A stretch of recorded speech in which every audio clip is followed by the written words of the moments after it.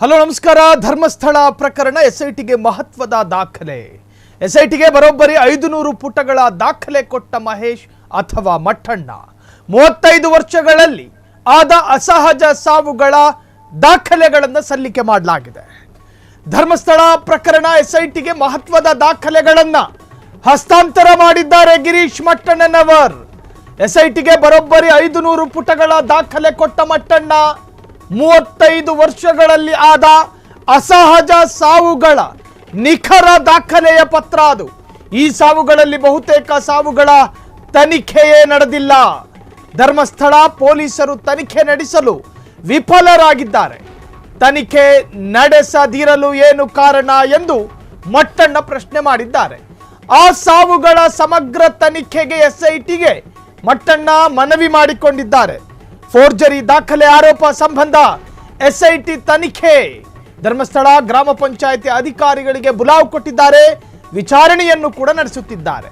ಮಟ್ಟಣ್ಣ ಗ್ರಾಮ ಪಂಚಾಯತ್ ಕೊಟ್ಟ ದಾಖಲೆಗಳ ಪರಿಶೀಲನೆ ಮಾಡುತ್ತಿರುವಂತಹ ಎಸ್ಐಟಿ ಅಧಿಕಾರಿಗಳು. ಧರ್ಮಸ್ಥಳ ಪ್ರಕರಣದಲ್ಲಿ ಮಹತ್ವದ ತಿರುವು. ಧರ್ಮಸ್ಥಳದಲ್ಲಿ 1993ರಿಂದ ಹಿಡಿದು 2014ರವರೆಗೆ ನಡೆದಿರ್ತಕ್ಕಂತಹ ಅಸಹಜ ಸಾವು, ಕೊಲೆ, ರೇಪ್, ಮರ್ಡರ್ ಹೀಗೆ ಅನೇಕ ಪ್ರಕರಣಗಳ ಮಾಹಿತಿ ಕೊಡಬೇಕು ಅಂಥೇಳಿ ಈ ಹಿಂದೆ ಜಯಂತ್ ಟಿ 2ನೇ ಸಾಕ್ಷಿದಾರ RTI ಸಲ್ಲಿಸಿದ್ದ. ಆದರೆ ಆ RTI ಸಲ್ಲಿಕೆಗೆ ಬಂದಂತಹ ಉತ್ತರವೇ ಶಾಕಿಂಗ್ ಆಗಿತ್ತು. ಆ ಪೊಲೀಸರು ಹೇಳ್ತಾರೆ, ಆಗಿನಿಂದ ಈವರೆಗಿನ ಅರ್ಥಾತ್ 2004ರವರೆಗಿನ ಎಲ್ಲ ಅಸಹಜ ಸಾವುಗಳ ದಾಖಲೆ ನಾಶ ಆಗಿದೆ. ನಮ್ಮಲ್ಲಿಲ್ಲ ದಾಖಲೆ. 2002ರ ನಂತರ ಇದೆಯಲ್ಲ, ಎಲ್ಲ ಸ್ಟೇಷನ್ಗಳಲ್ಲೂ ಡಿಜಿಟಲ್ ಬಂದಿತ್ತು, ಡಿಜಿಟಲೀಕರಣ ಆಗಿತ್ತು ಸ್ಟೇಷನ್ಗಳು. ಕಡತಗಳನ್ನು ಡಿಜಿಟಲ್ಗೆ ಸಂಗ್ರಹ ಮಾಡಿಕೊಳ್ಳಬಹುದಾದ ತಂತ್ರಜ್ಞಾನ ಎಲ್ಲ ಸ್ಟೇಷನ್ಗಳಲ್ಲಿಯೂ ಇತ್ತು. ಆದರೂ ಒಂದಷ್ಟು ಪ್ರಕರಣದ ದಾಖಲೆಗಳೇ ನಾಶ ಆಗಿದೆ ಅಂತ ಹೇಳಿ ಪೊಲೀಸರು ಉತ್ತರವನ್ನು ಕೊಟ್ಟಿದ್ರು. ಸೊ ಅದನ್ನು ಯಾಕೆ ಈಗ ನೆನಪಾಗ್ತಾ ಇದೆ ಅಂತ ಕೇಳಿದ್ರೆ, ಇವತ್ತು ಗಿರೀಶ್ ಮಟ್ಟಣ್ಣ ಬಹುತೇಕ ಅಸಹಜ ಸಾವುಗಳ ದಾಖಲೆಗಳನ್ನು ಕೊಟ್ಟಿದ್ದಾರೆ. UDR ಆಗಿರೋದು, UDR ಆಗದಲೇ ಇರೋದು, ಪಂಚಾಯಿತಿಯಲ್ಲಿ ದಾಖಲೆಯಲ್ಲಿ ರೆಕಾರ್ಡ್ ಆಗಿರೋದು, ಉಲ್ಲೇಖ ಆಗದಿರೋದು, ಅಷ್ಟು ಸಾವುಗಳು ಆ ಕ್ಷೇತ್ರಗಳಲ್ಲಿ ಯಾಕೆ ಆಗ್ತಾ ಇತ್ತು? ರಾಜ್ಯದಲ್ಲಿ 224 ಕ್ಷೇತ್ರಗಳಿದಾವೆ. ಆ ಕ್ಷೇತ್ರಗಳಲ್ಲಿ ಆಗದೇ ಇರೋದು ಈ ಭಾಗದಲ್ಲಿ ಉಜಿರೆ ಕ್ಷೇತ್ರದಲ್ಲಿ ಯಾಕಾಗುತ್ತೆ, ಬೆಳ್ತಂಗಡಿ ಕ್ಷೇತ್ರದಲ್ಲಿ ಯಾಕಾಗುತ್ತೆ?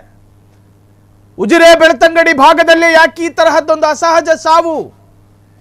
ಯಾಕೆ ಉಜಿರೆ ಬೆಳ್ತಂಗಡಿಯಲ್ಲಿ ಈ ತರಹದ್ದೊಂದು ಅನುಮಾನಾಸ್ಪದ ಕೊಲೆ, ರೇಪು ಪ್ರಕರಣಗಳು ಬಯಲಾಗ್ತಾ ಇತ್ತು?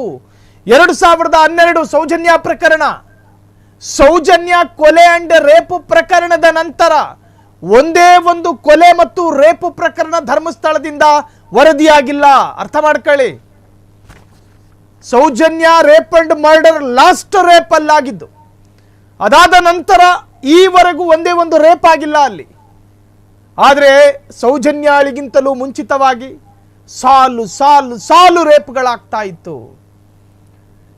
ಯೋಚಿಸುವವರಿಗೆ ದೃಷ್ಟಾಂತವಿದೆ ಇದರಲ್ಲಿ ಅನ್ನೋದನ್ನು ಹೇಳ್ತಾ ಇದ್ದೀವಿ.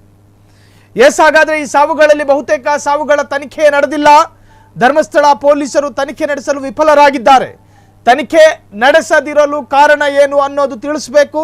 ಆ ಸಾವುಗಳ ಸಮಗ್ರ ತನಿಖೆಗೆ ಎಸ್ಐಟಿಗೆ ಮಟ್ಟಣ್ಣ ಮನವಿ ಮಾಡಿಕೊಂಡಿದ್ದಾರೆ. ಫೋರ್ಜರಿ ದಾಖಲೆ ಆರೋಪ ಸಂಬಂಧ ಎಸ್ಐಟಿ ತನಿಖೆ. ಧರ್ಮಸ್ಥಳ ಗ್ರಾಮ ಪಂಚಾಯಿತಿ ಅಧಿಕಾರಿಗಳಿಗೆ ಬುಲಾವ್ ಕೊಡಲಾಗಿದೆ. ವಿಚಾರಣೆಯನ್ನು ಕೂಡ ನಡೆಸಲಾಗ್ತಾ ಇದೆ. ಮಟ್ಟಣ್ಣ ಗ್ರಾಮ ಪಂಚಾಯತ್ ಕೊಟ್ಟ ದಾಖಲೆಗಳ ಪರಿಶೀಲನೆಯನ್ನು ಮಾಡ್ತಿರುವಂತಹ ಎಸ್ಐಟಿ.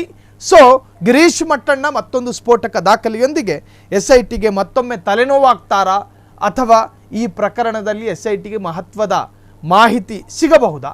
ಕಾದು ನೋಡಬೇಕು. ಕ್ಷಣ ಕ್ಷಣದ ಸುದ್ದಿಗಳಿಗಾಗಿ ಫ್ರೀಡಂ ಟಿವಿ ಸಬ್ಸ್ಕ್ರೈಬ್ ಮಾಡಿ, ಲೈಕ್ ಮಾಡಿ ಹಾಗೂ ಫಾಲೋ ಮಾಡಿ.